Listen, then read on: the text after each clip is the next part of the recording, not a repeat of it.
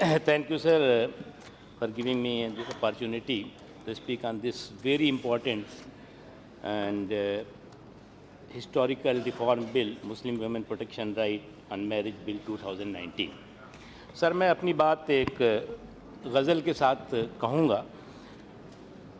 न हम सफ़र न किसी हम नशी से निकलेगा, न हम सफ़र न किसी हम नशी से निकलेगा, हमारे पाँव का कांटा हम ही से निकलेगा।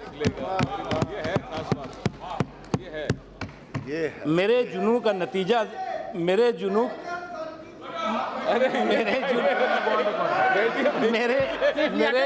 का नतीजा ज़रूर निकलेगा, मेरे जुनू का नतीजा ज़रूर निकलेगा, इसी स्याह समुंदर से नूर निकलेगा। सर, आज point of order. I am on a point of order. The Honorable Ministry is saying that we ourselves, to the translation if it is correct, the Honorable Ministry is saying that we ourselves will resolve our problem. That means the Minister represents whom? You would like to know. what is the point of order? The point of order What is the point of order? No, I will Individual. Sir, I am not ending.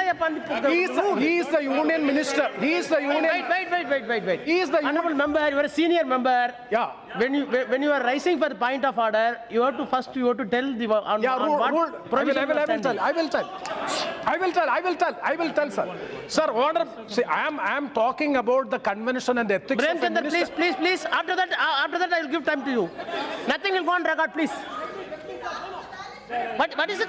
आज जो है, You said point of order. Solves our issues within ourselves. Sir, Okay.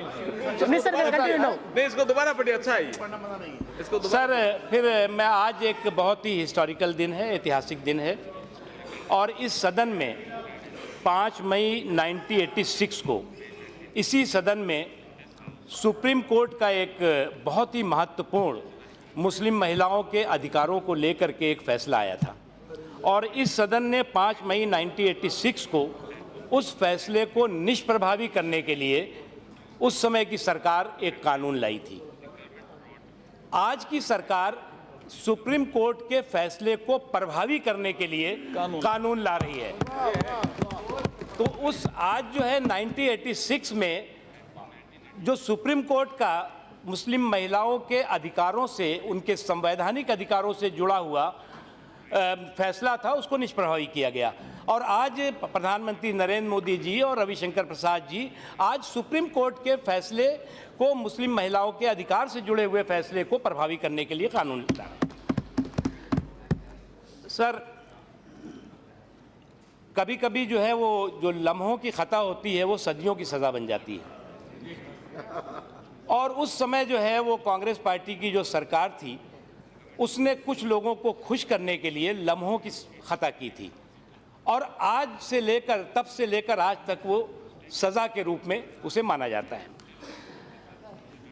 Supreme court ने एक फ़ैसला किया, फैसले के बाद उस पर पूरे देश में चर्चा हुई, अभी जो फैसला हुआ उस पर चर्चा हुई, और इस सदन ने उसके बाद जो महिलाओं के अधिकारों से संबंधित कानून को पास भी किया। लेकिन क्योंकि लोकसभा के चुनाव घोषित हो गए और लोकसभा के चुनाव के घोषित होने की वजह से वो कानून जो है फिर से दोबारा रविशंकर प्रसाद जी को यहाँ पर लाना पड़ा। मैं इसमें 3 चीज़ें प्रमुख रूप से कहना चाहूँगा। ये देश जो है वो ऐसा नहीं है कि पहली हम जो है वो सुधार के लिए कोई कानून ला रहे हैं। ये देश जो है इस बात का गवाह है कि इस देश ने जो है वो सती प्रथा जैसे सामाजिक बुराई और कुप्रथा को ख़त्म किया है। ये देश गवाह है कि जब बाल विवाह जैसी सामाजिक कुरीति और बुराई थी उस वक्त भी जो है उसको ख़त्म करने के लिए एक बड़े आंदोलन भी हुए, और उस वक्त भी कुछ लोगों ने उसको धार्मिक रूप से, धर्म के रूप में उसका जो है वो एक जामा पहना करके कहा कि साहब ये तो धर्म के पर हस्तक्षेप है, इसलिए सती प्रथा भी ख़त्म नहीं होनी चाहिए, बाल विवाह भी ख़त्म नहीं होनी चाहिए। लेकिन ये मेरे देश के लोगों का सांस्कृतिक और संवैधानिक और साथ ही साथ लोकतांत्रिक सोच है कि जिसने इन तमाम कुप्रथाओं को ख़त्म किया। आज जो है वो ट्रिपल तलाक भी ठीक उसी तरह की कुप्रथा है। ठीक उसी तरह की सामाजिक बुराई है। अब इस सामाजिक बुराई और कुप्रथा पर जो है वो जो लोग तर्क दे रहे हैं, वो तर्क दे रहे हैं कि साहब अगर जो है वो पति जेल चला जाएगा तो फिर वो देखेगा कौन। अरे भैया जेल जाओ क्यों, तुम कि ऐसा काम करो कि जेल जाना पड़े तुम्हें।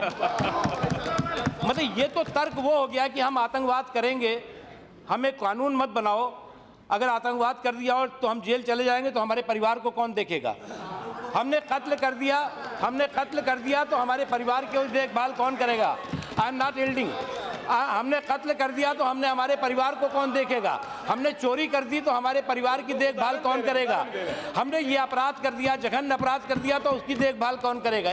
ये तर्क नहीं है, ये कुतर्क है। इसलिए इस तरह के कुतर्कों के आधार पर इस तरह के सामाजिक सुधार से जुड़े हुए सवाल जो है वो हल नहीं होते। हम ये जानते हैं कि ज़्यादातर इस सदन में बैठे हुए सदस्य, I am not yielding sir,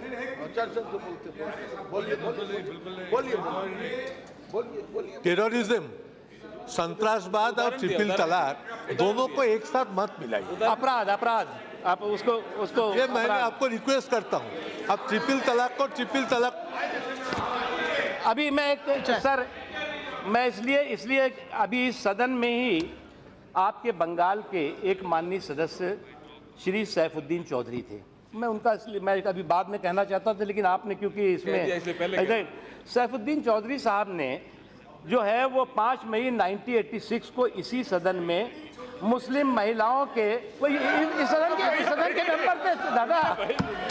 मैं कह आज उन सब की परीक्षा का वक्त है, आज उन सब की परीक्षा का वक्त है जो धर्मनिरपेक्षता और हमारे देश के सभी नागरिकों के लिए समान कानून की बात करते हैं। ये हमने नहीं कहा, ये कम्युनिस्ट पार्टी के member of parliament Saifuddin Chaudhary साहब ने कहा, आपके बंगाल के थे।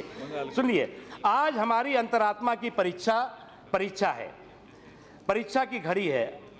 आज इस पर विप नहीं किया जा सकता।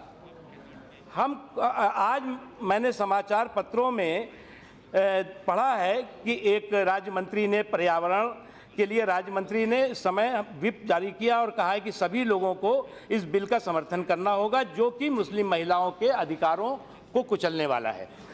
इसके अतिरिक्त मैं ये इसलिए कह रहा हूँ कि आपने इसको एक महत्वपूर्ण वो किया है। मैं इतना ज़रूर कहना चाहूँगा कि इस विधेयक को समर्थन करने के लिए हमारी महिला वर्ग पर विप करना होगा, लेकिन अभी भी वक्त है। यदि मैं उर्दू में नहीं बोल सकता, मैं फैज़ अहमद फैज़ द्वारा लिखी गई 4 पंक्तियों को उद्धृत करना हो, मेरा उच्चारण गलत हो सकता है। उन्होंने इस पे कहा था कि बोल ये थोड़ा वक्त बहुत है, जिस्मो जमा की मौत से पहले, बोल जो कुछ कहना है कह ले, बोल के सच जिंदा है अभी तक। तो ये सैफुद्दीन चौधरी साहब ने उस वक्त कहा, यानी कि उस वक्त का इस सदन का मूड और इस सदन का माहौल फर्क था। उस वक्त जो है वो राजीव गांधी जी इस देश के प्रधानमंत्री थे, आज नरेंद्र मोदी प्रधानमंत्री है। फर्क था। आज हम सुधार के साथ हैं और उस वक्त वो लोग किसके साथ थे ये वो बताएंगे। आज जो है हम जो है वो उन मुस्लिम महिलाओं के सामाजिक और संवैधानिक अधिकारों को देने के लिए हम कानून ला रहे हैं। उस वक्त उस संवैधानिक अधिकारों को कुचलने के लिए वो विधेयक लाया गया था। आज जो है वो अभी बहुत सी बातें हो गई, तमाम अभी यहाँ पर जो है वो कुरान और इस्लाम के बहुत विद्वान लोग हैं, वो अपनी बातें कहेंगे, लेकिन मैं इतना ज़रूर कहूँगा कि यह देश संविधान से चलता है। सर, हमारा देश जो है वो संविधान से चलता है। हमारा देश जो है वो किसी शरीयत से नहीं चलता है, किसी धार्मिक कानून से नहीं चलता। ना हमारा देश इस्लाम से चलता है, ना किसी हिंदुत्व से चलता है, ना किसी और धर्म के उससे चलता है। ये संविधान से चलता है। और संविधान में जो लैंगिक समानता, जेंडर इक्वलिटी की बात को बार बार जोर के साथ कहा गया है, क्या हम उसको भूल सकते हैं? क्या हम उसको नज़रअंदाज कर सकते हैं क्या? सर, आज ये एक ऐतिहासिक दिन है और मुझे मालूम है कि इस ऐतिहासिक दिन को कई लोगों पर दबाव भी हो सकता है, कई लोग इसका विरोध भी कर सकते हैं और कई लोगों को ये लग सकता है कि साहब ये अगर हम इसका चाहते हुए भी ये समर्थन हो सकता है कुछ लोग ना करें। क्योंकि उन्हें लगता है कि अगर करेंगे तो हो सकता है कहीं वोट का, कुछ लोगों का वोट जो है वो खिसक जाए। लेकिन ये गलतफहमी आप निकाल दीजिए। आज जो है वो समाज, भारत का सभी वर्ग, उसमें मुस्लिम समाज भी है, सुधार के साथ है। सुधार के वो साथ, सुधार के साथ है, आपके उधार के साथ नहीं है। सुधार के साथ नहीं है, सुधार के साथ। तमाम इस्लामिक देश, अभी रविशंकर जी ने कहा कि तमाम ऐसे इस्लामिक देश हैं जिन्होंने कि ट्रिपल तलाक या तलाक बिद्दत को गैर कानूनी और गैर इस्लामी दोनों कहा है, और पूरी तमाम ऐसे देश हैं जिन्होंने कि इस पर रोक लगा दी है। आज जो है वो अगर 1929 में सूडान ने 3 तलाक पर रोक लगाई, 1956 में जो पड़ोस का हमारा पाकिस्तान है उसने लगाई, बांग्लादेश ने लगाई, 1959 ने ईरान इराक में लगाई, 53 में 3 तलाक ख़त्म किया, मलेशिया ने ख़त्म किया। इसके अलावा साइप्रस, जॉर्डन, अल्जीरिया, ईरान, बुकनोई, मोरक्को, कतर, यूएई जैसे तमाम इस्लामिक देशों ने 3 तलाक ख़त्म किया।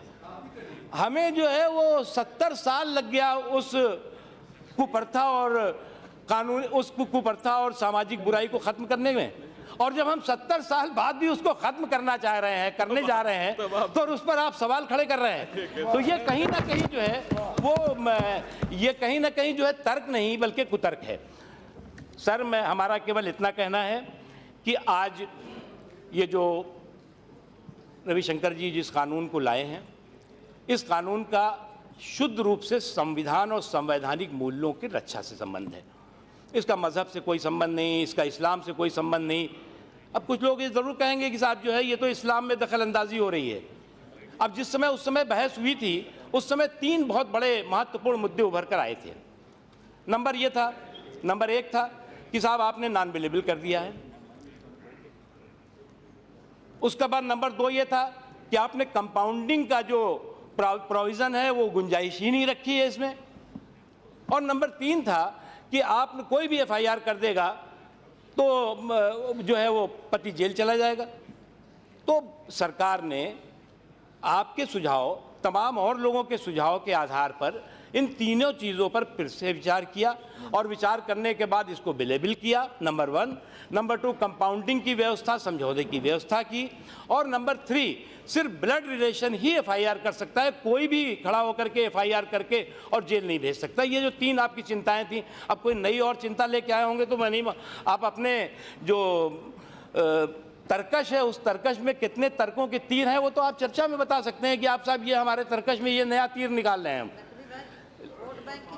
लेकिन हम लोग वोट बैंक की साजिश कर रहे हैं, हम लोग आपको परामर्श दे रहे हैं, सुझाव दे रहे हैं, इसके लिए आप बदल रहे हैं। हमारा सुझाव के बिना आप बदल नहीं सकते। 96 में राजीव गांधी को क्यों नहीं निकाल दिया? इसलिए 86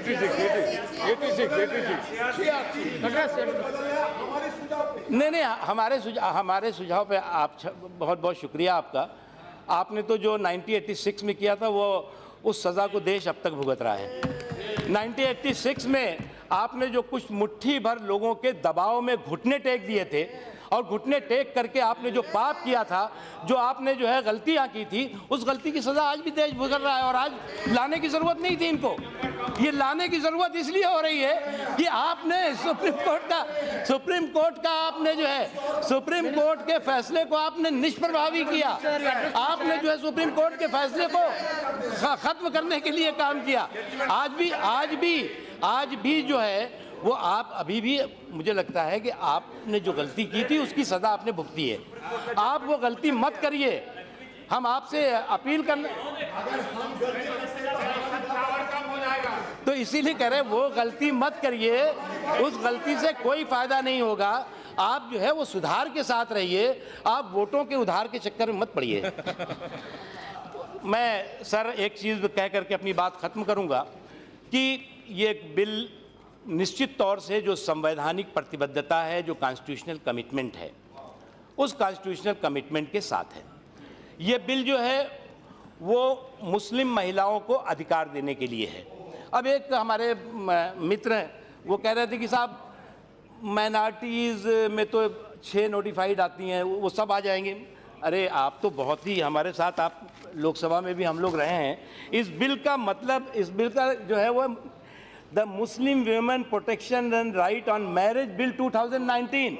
It's not Minority Women Protection Bill 2019.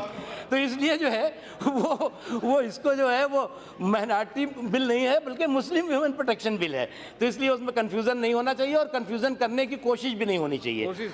मैं अपील करूंगा कि सभी लोग ईमानदारी के साथ, बिना किसी दबाव के, सच्चाई के साथ इस बिल का समर्थन करें और इस बिल को पास करें। और ये गलतफहमी नहीं रहनी चाहिए कि उस हाउस में पास नहीं होगा, वो हाउस भी इसको पास करेगा आपके आशीर्वाद से।